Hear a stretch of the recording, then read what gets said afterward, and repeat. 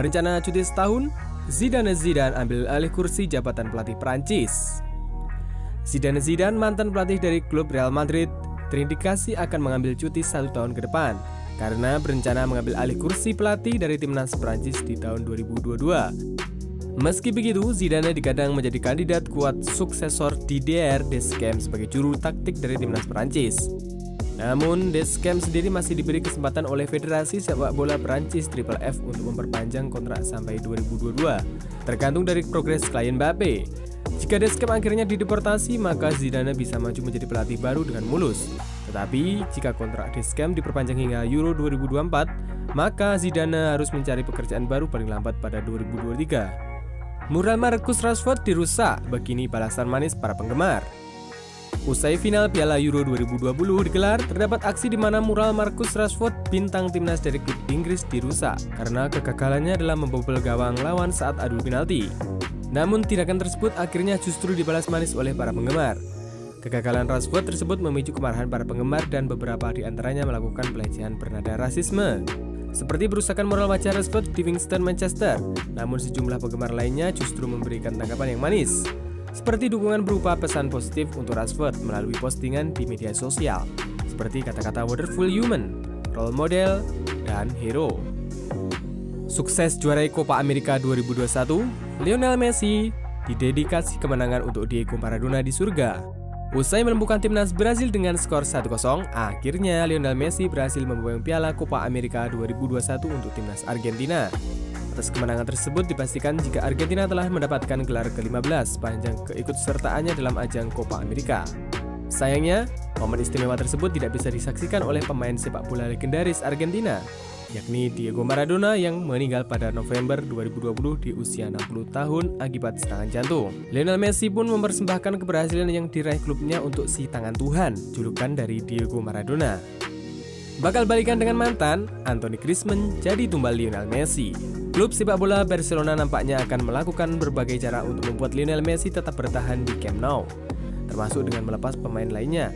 Adapun pemain yang dilaporkan bakal dilepas demi mempertahankan Messi adalah Anthony Griezmann, dan Griezmann sendiri dikabarkan akan kembali ke mantan klubnya yakni Atletico Madrid yang telah ditinggalkan sejak 2019.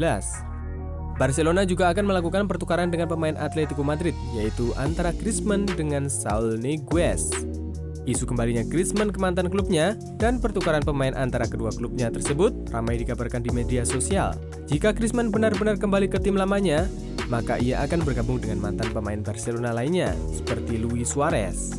Nyaris ikut menghina Brasil bersama Rodrigo de Paul, Sergio Aguero kena tegur Lionel Messi.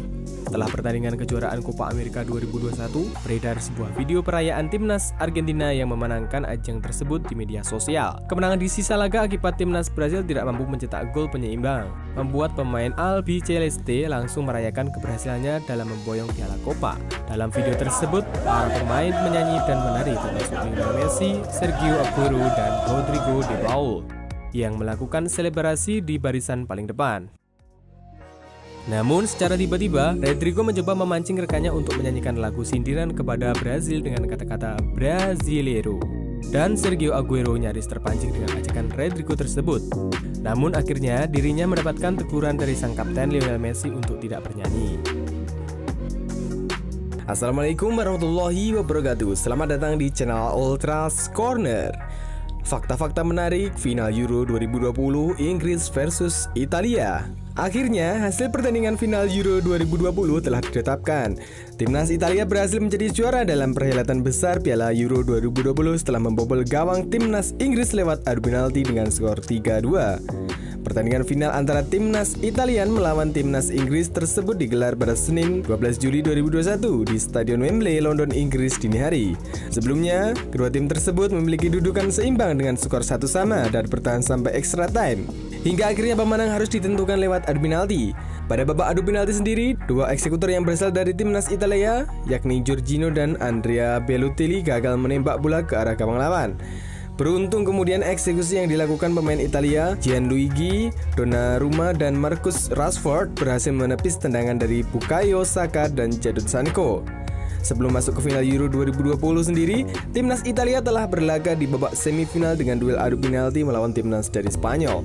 Lewat adu penalti tersebut, timnas yang memiliki nama lain, Gli Azzurri ini berhasil meruntuhkan Spanyol dengan skor 4-1. Atas kesuksesannya, timnas yang diasuh oleh Roberto Mancini akhirnya sukses mengangkat trofi juara Euro 2020. Lalu, apa saja fakta-fakta unik dan menarik di balik keberhasilan yang mengiringi final Piala Euro 2020 tersebut? Berikut di antaranya. Berikut 7 fakta unik final Euro 2020. Gol yang dicetak oleh pemain Inggris Luke Shaw ke gawang lawan menjadi gol tercepat sepanjang sejarah final Euro, yakni hanya sekitar 1 menit 57 detik. Bukayo Saka menjadi pemain keempat paling muda yang ikut berlaga dalam final Euro 2020. Saat ini pemain yang berasal dari timnas Inggris itu berusia 19 tahun lebih dari 309 hari, yang menusul jejak beberapa pemain sejak bola muda sebelumnya, seperti Cristiano Ronaldo, Anthony Baidaci, dan Renato Sanchez. Berikutnya ada Harry Kane yang menjadi kapten dari timnas Inggris tidak bisa menciptakan peluang untuk menuju kemenangan pada final Euro 2020 kali ini, sebab dirinya tidak mampu melepaskan tembakan bola ke arah gawang lawan dengan tepat.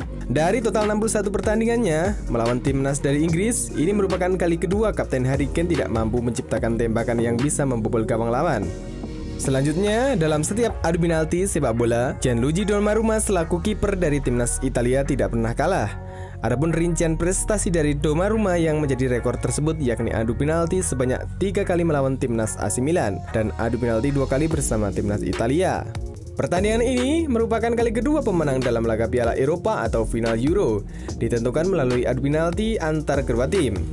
Untuk final Euro pertama, yang memperebutkan Piala Eropa yang harus ditentukan melalui adu penalti diselenggarakan pada tahun 1976. Timnas dari Cekoslovakia kala itu berhasil sukses dalam memperebutkan Piala Euro tahun 1976 setelah mengalahkan anggota timnas Jerman Barat dengan memperoleh skor 5-3 melalui adu penalti. Di sepanjang laga, pertandingan final Euro 2020 ini juga tidak ada satupun pemain timnas Inggris yang berhasil melintasi duo bek tengah dari timnas Italia. Keduanya adalah Giorgino Chiellini dan Leonardo Bonucci. Timnas Inggris merupakan salah satu tim yang paling sering mengalami kekalahan saat penentuan kemenangan lewat adu penalti dalam Piala Euro. Kurang lebih sudah 4 kali.